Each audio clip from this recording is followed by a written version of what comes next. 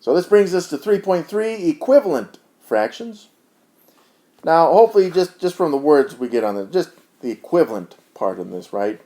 I want to say that I've used the word equivalent a few times in the class. Whether I have or not, hopefully you guys just kind of know what it means. It just means that we have fractions that are equal. So the first example that I show is just kind of like a sandwich, right? So let's say that I got that's not a sandwich. That's, for me, that's a pretty good drawn sandwich, okay? That's a hoagie bun. And let's say, we're going to put some lettuce in this sandwich and lots of bacon for me. That's bacon, it's not ketchup. And, well, tomatoes. I don't know why they're orange, but they are. That's about the best I can do. So we have this sandwich, right? And you guys, I'm not doing this to make everyone hungry. You're home anyways, wherever you are, so you can get something to eat. But let's say that I split this sandwich up, okay? So I'm going to split this up. Well, let's say that you get this piece right here, okay? So what do you get? You get one piece that is the size of halves, right? So that's the denominator. The denominator tells us how big the piece is. The numerator tells us how many you get. All right, so that's the 1 right there. So you could have one out of the 2 pieces, and, hopefully you're happy with that. Maybe you got some chips to go with it. But let's say that further, that we cut this thing into 4 pieces instead. Okay, so I now have this cut into 4 pieces. Now I'm going to give you 2 of the 4 pieces, right? So that's 2 out of 4 pieces. So the question would be, well, do you want 1 out of 2 pieces, or do you want 2 out of 4 pieces? And, well, for me, since it has bacon, I'd say both. But we can't choose both, okay? In fact, let's change the question up even further, maybe more focused here. Let's say, do you get more with 1 out of 2 pieces, or do you get more with 2 out of 4 pieces? Well, the answer to that is you get the same amount, right? And yeah, we're saying that the amount cut off from the knife, that's crumbs. It's not really significant here. So they're equal. They are equivalent fractions. And we could continue to divide this up, right? Like I could take each of these pieces and divide that up into 2 pieces. Well, now I'm looking at eighths. And how many pieces did you get? You got 1, 2, 3, 4 pieces out of the 8. Well, would you rather... did you get any more sandwich? No. Did you get any less sandwich? No. So it's equal. See, equivalent fraction. Now, you may be wondering, well, why do we need this? I mean, it's still half a sandwich, which is true. Okay, and we need to remember that it is true, that it is equivalent. But in math, there's purposes for changing, right? Just like we talked about in 1.0, there's purposes in changing a 1 over 2 fraction into a 4 over 8 fraction. Or maybe even a different equivalent fraction, right? Like it could have been, maybe you want to deal in 50 pieces and you want 25 of them, right? So again, there's different purposes for changing fractions or the size of the pieces. As long as you still get the same amount, it's considered an equivalent fraction. Let's look at it in terms of brownies. I talk about food because I like food. I like food a lot, actually. So pan of brownies, and let's see, pan of brownies, right? So same idea. You could either split this pan of brownies. Well, let's use fourths, I guess, to start out with, right? And for me, a fourth of a pan, that's like, that's a nice small piece. Because I eat a whole pan of brownies, man. It's good stuff. Well, you got 1 piece out of 4, right? Well, let's say that we split it up this way. Okay, well, I just split that brownie pan into 8 pieces. And you're going to get 2 of them, right? That's the 2 red pieces, 1, 2, right there. And again, it's the same amount. So I could say that they are equivalent, and I could show that they're equal. But if I continued to split this pan up, maybe this way, maybe even this way. Well, at this point, now how many pieces are there in the pan? Well, what is that? 1, 2, 3, 4. 1, 2, 3, 4, 5, 6, 7, 8. Well, that's 32 pieces. And how many is that fourth? 1, 2, 3, 4, 5, 6, 7, 8. 8 pieces. 8 pieces out of 32. Bam. Okay, now if this was like a giant pan, and you're looking to have brownies with a lot of people, maybe you're having some kind of like Call of Duty party or something like that. Okay, maybe there's a wedding, something like that, okay? Then maybe you want smaller pieces like this, okay? So even in real life, maybe even if it's a rare occasion, there's purposes for splitting big pieces, like in this case it was a fourth, up into smaller pieces like this one. I hope re-emphasizing that point wasn't too harsh or made it worse, but I like to use food because I eat a lot of it, actually. So, in total, equivalent fractions, they're just fractions that have equal value, right? Like if you get 1 out of 2 pieces of sandwich, or 2 out of 4 pieces of sandwich, it just depends. Like maybe you want smaller pieces, but you get the same amount of sandwich, right? So usually represented with different numerators and denominators. And again, there's purposes for using different numbers, but equal value.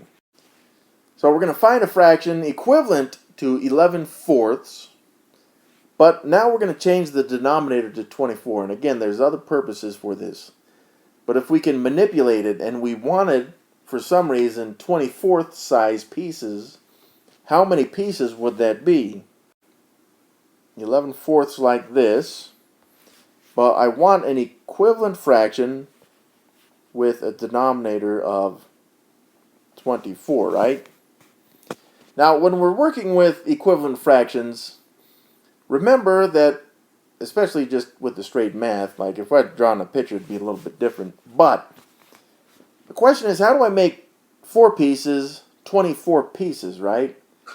Well, I would have to take each of the pieces that are fourths, and I'd have to multiply them by 6, right? And that would give me 24th size pieces. Now, in order to maintain equivalency in the fraction, if I took all 4 pieces in each pan and multiplied it by 6 to get 24 pieces in each pan, I guess I'm using the brownie example, then I'd have to take each of the pieces that we do have and also multiply that by 6. See, and that gives us an equivalent fraction of 11 times 6 is now 66. So I have a new fraction with a denominator of 24 like they asked us.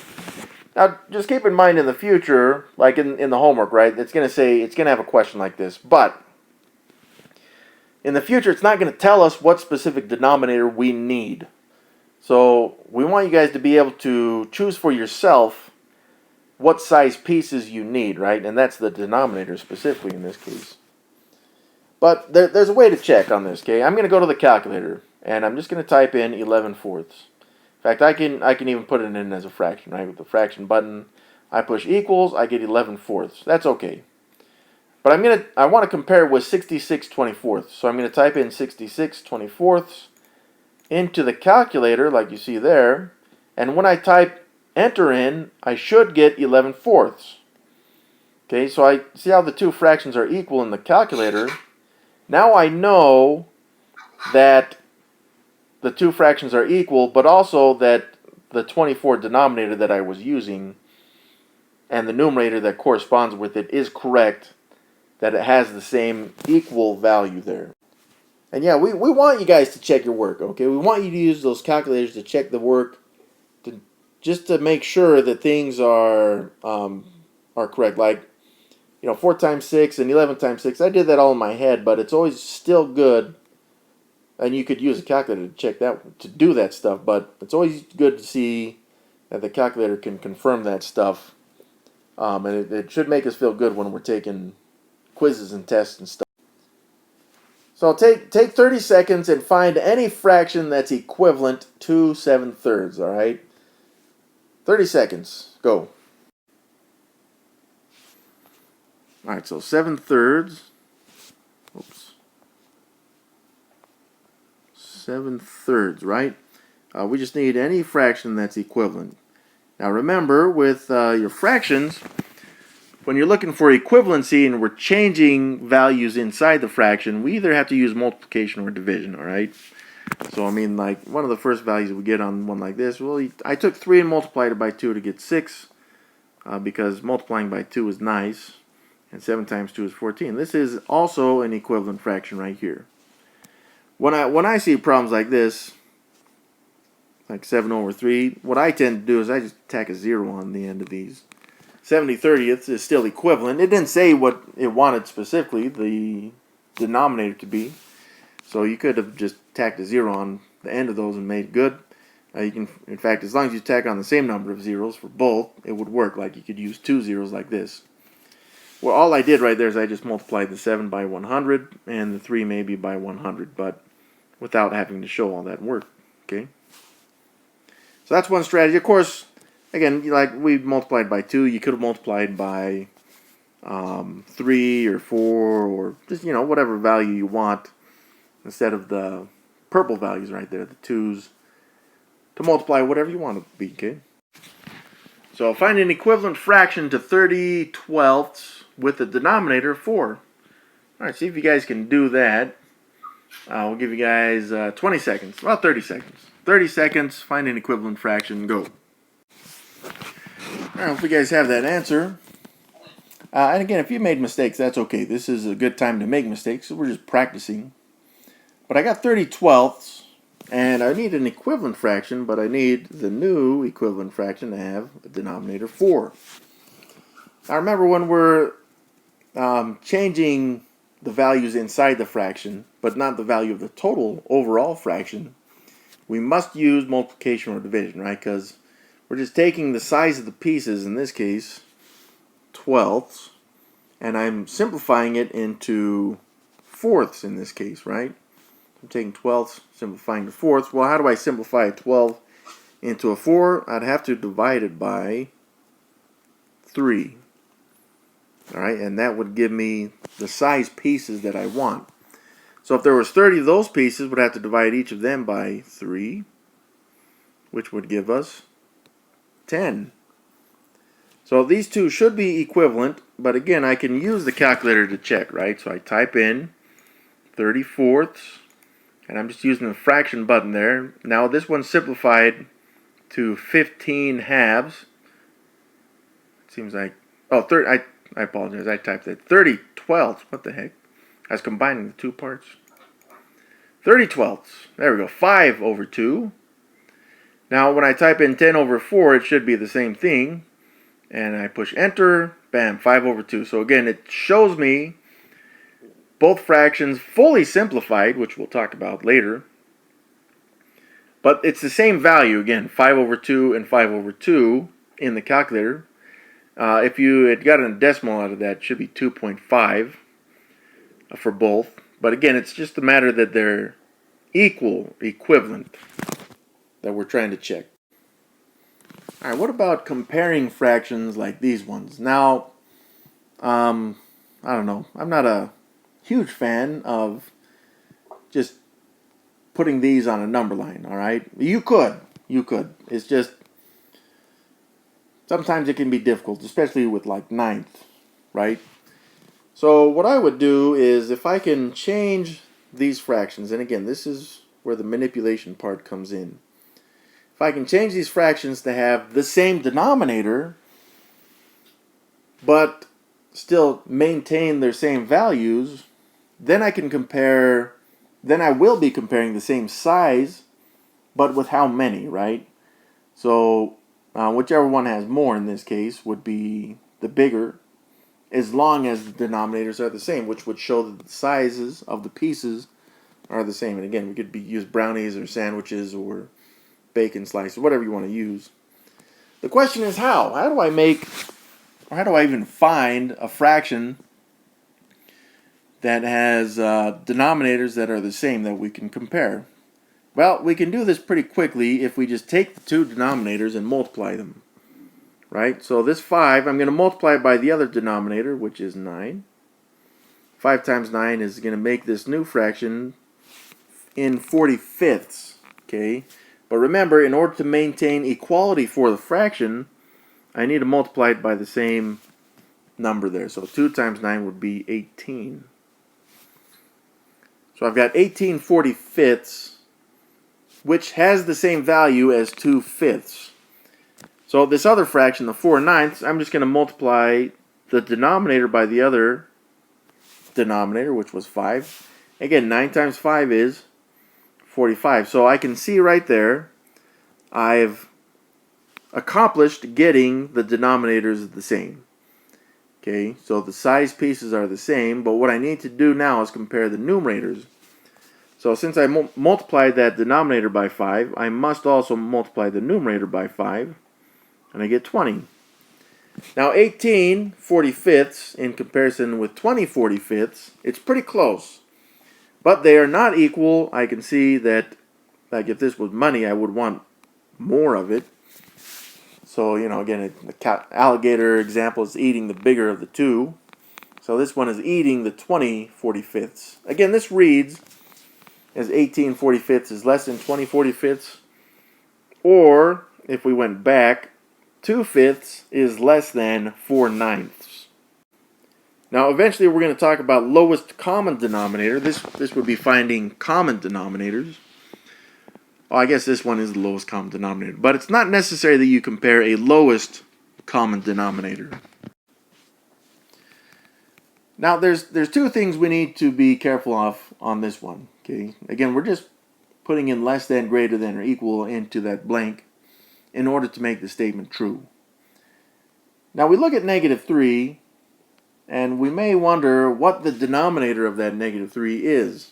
Because it's not showing, right? And I want to say we may have talked about this before, but I get my classes mixed up.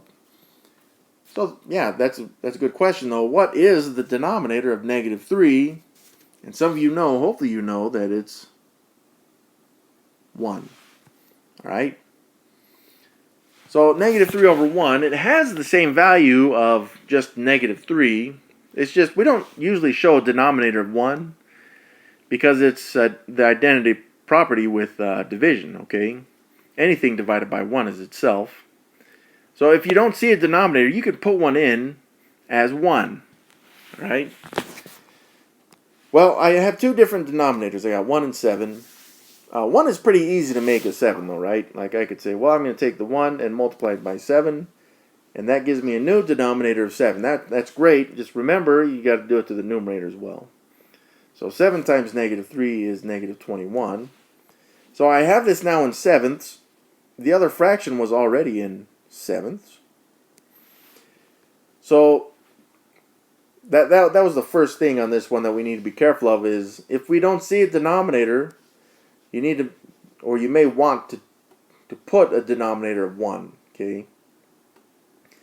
And that'll be, it can be really important once we start looking at solving equations to have that phantom 1 there. But it is considered a phantom 1 divided by 1. The other thing we need to be careful with is these negatives, right? So the more negative a value, the farther to the left it is on the number line. So I'm not even looking at the denominators once they're the same. I'm only comparing the numerators, right? Because that tells me how many of the pieces there are. And the denominators, the size of the piece, they're the same right now. So I just want to know how many there are. Well, in this case, would you rather owe someone would you rather owe someone $20? Would you rather owe someone $21? And yes, the answer to that is neither, but in this case, since we have to choose, I'd say negative 20 on that one, okay? So negative 20 sevenths is farther to the right on the number line than negative 3 is. So yeah, this one reads as negative 3 is less than negative 27ths. Now, something else we want you to understand about fractions. This one I don't need common denominators specifically because the numerators are the same, okay? If your numerators are the same, you only really need to compare the two bottom numbers. And just remember that the smaller the denominator, the bigger the size of the piece is. Right? Like if we took this to an extreme and we said, I'm going to compare 1/100th to 1/2. Hopefully we understand that in this case, having this would be like 1 penny compared to a $half. This one's a lot less, okay?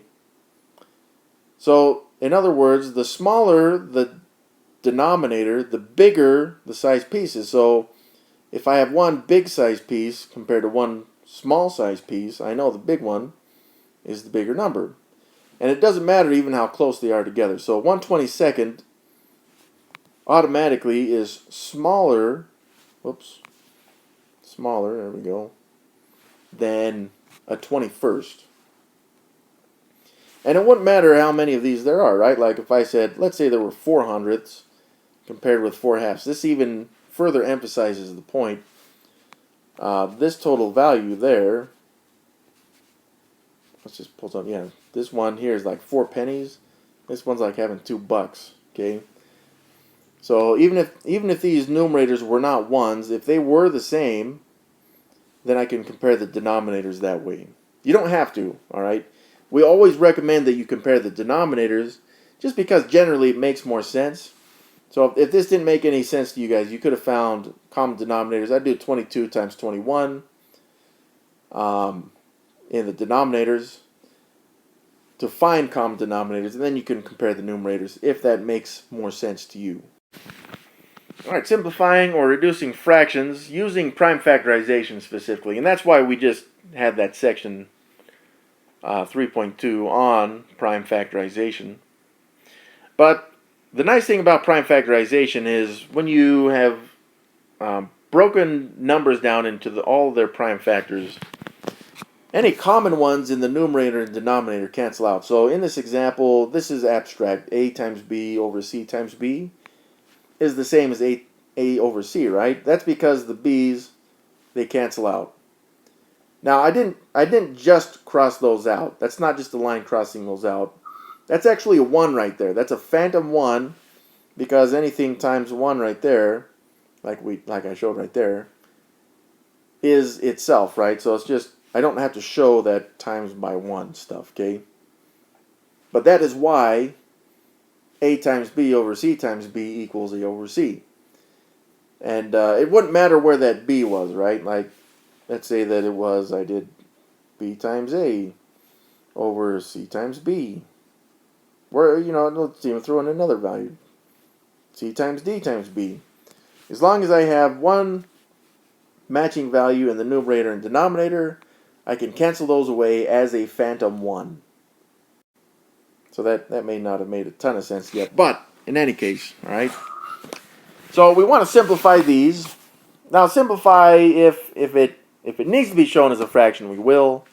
If we get any whole values or integers, we're going to just show those as well. All right? That would be considered fully simplified. So if we have any phantom 1s, we don't really need to show it. What we need to remember on this first one, 8 over 8, it's the same as 8 divided by 8, right? And we should know by now anything divided by itself is 1. So that's the answer to that one. It's just 1. This other one as well, 0 over 92 is 0 divided by 92. And for division, this becomes a question of how many 92s are in 0? There's none.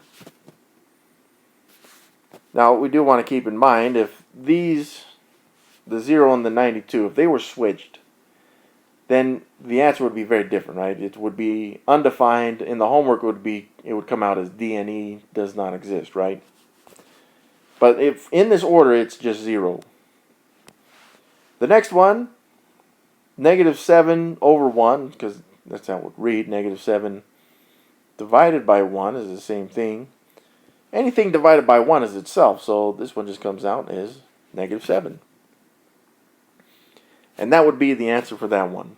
Okay, so you wouldn't have to show or change the fractions into division problems like I've done right there. I just want to emphasize that if we can remember this stuff Anything divided by itself is 1. 0 divided by anything is 0. And negative 7 divided by 1 is negative 7. That's good. So, prime factorization. To simplify fractions like this one, okay? So we have to look at both numbers. I'm going to start with the 24. And if I can find the prime factors of 24, which we did in the last lesson, but I'm going to do it again. If I can find the prime factors of 24, then I can list the prime factors instead of the number, right? Because they are equal. It's not going to take away or add value to the total fraction or the numbers themselves. So 24, I can see it's divisible by 2, so I probably split it up into 2. You could use 3 or 4 if you wanted to. That's 2 and 12. 12 splits up into, let's say, 2 and 6. 6 splits up into 2 and 3. So I've listed that much different than we did in 3.2. Now I'm not going to use exponents because we may need more simplification, okay?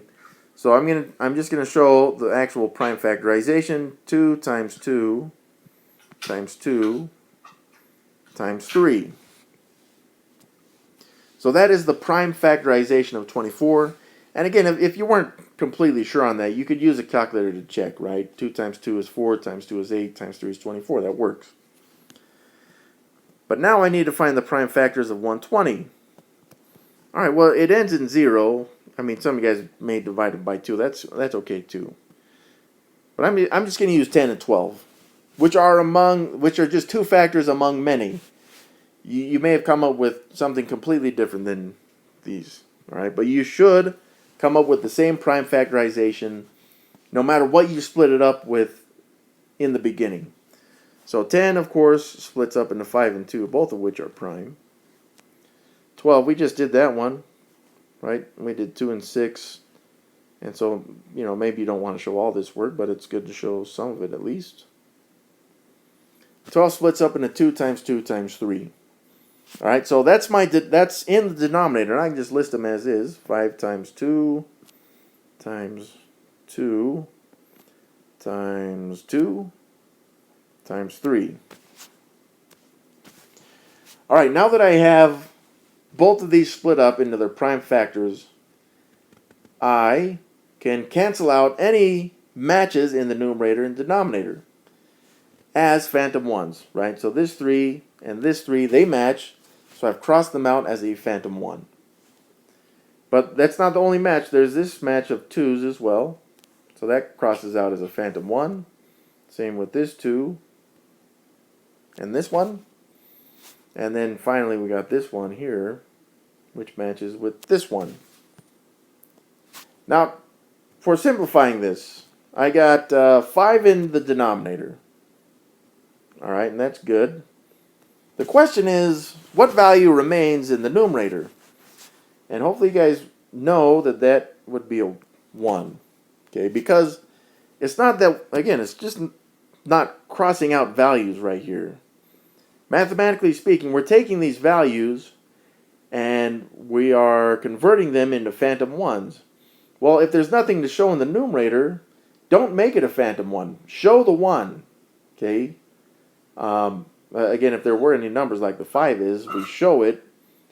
But if you cancel out all the numbers that remain specifically in the numerator, just show it as a phantom 1. Or don't make it a phantom 1 anymore. Make it a visible 1. So this simplified to 1/5. And that felt great, right? So there's another way to do it, but I'm going to show it on the next problem, okay? And that, some of you guys, well, usually very few students look at this problem and they're like, wow, Mr. Sal, that was great. I enjoyed it. I loved it. If I could do a problem like this all day, I would. Okay, and that's great if you feel that way, and you can. But there's another way. Now this one, the numbers aren't so big, so maybe you just know on this one, okay? So we just used prime factorization, and we could do it on this one, okay? In fact, let's go ahead and do it because we've already taken the 12 and we've simplified it. Now I'm not worried about the negative. I just know that whatever answer I get, it's going to be negative, right? 3, by the way, is prime, and we just split 12 up into 2 times 2 times 3. Now again, the 3's in this case would cancel as a phantom 1. So I would be left with a fraction that's negative. 2 times 2 in the denominator there, that's 4. But I need to show the numerator, instead of it being a phantom 1, I'm going to show it as a 1. And that was great, right? It's like, well, you know what, Sal, I already knew, and this would be kind of like scale factors, where you say, I know 12 and 3 are both divisible by 3. And that would give us, it would skip the prime factorization to give us the negative 1/4. And that's the second method. Now, again, it's not really the method I'm recommending. It's a good method. It's a valid method. Some students like it, and you can do it. But the method that I prefer the most, and we'll show it on this one actually, is, so we got 16 over 10. The method that I love, and you guys can see it on the screen right there, is the calculator method. So let me clear my screen on my calculator here, okay? So this one is 16 over 10, right? So if I type in 16 over 10 in the calculator like this, there's my 0. There's my 0. There. 16 over 10 in the calculator. I push enter. It simplifies it for me. Now, when it said simplify, it was talking about improper fractions, because it started as an improper fraction. But my calculator just simplified that for me. 8/5. Bam, I'm done. So what about a problem like this one? Well, look, you want to type this one in. Again, I got a negative, 5,000, 1, 2, 3 zeros in the calculator. Make it a fraction with 250,000 rather. 1, 2, 3, 4. I can type that in, and it comes out. It told me, the calculator, that it's 1/50th. You could do it. If you wanted to simplify in the beginning, this one is really easy to simplify in the beginning just because of the zeros, right? Remember that I can cancel out zeros with each other as well, like this, which would make the new problem. And even if you're using a calculator at this point to type in negative 5 over 250, that just may make it a little bit easier to type in, but it wouldn't matter if some of you guys are like, I don't really remember that rule very well. Okay, then just type in the original in the calculator and then simplify it that way. All right, but even if we were like, hey, you have to show some work on a test or something like this, crossing out the zeros thing is enough for me.